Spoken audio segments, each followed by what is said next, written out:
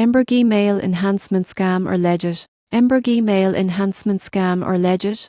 If you've been searching for natural male enhancement supplements, Ember Ghee has probably come across your radar. But the real question is it a scam? Or does it actually work? Most people get this wrong by assuming that all herbal supplements are either miracles or complete scams. The surprising truth is that Ember Ghee contains traditional ingredients claimed to support male health, such as ghee infused with herbs and natural aphrodisiacs. These components have been used historically in Ayurvedic medicine for vitality, stamina, and overall wellness. You won't believe what happens next. User experiences are mixed. Some report increased energy, better performance, and enhanced libido, while others notice little to no change. This is common with herbal supplements because effects can vary greatly depending on diet, lifestyle, and individual body chemistry.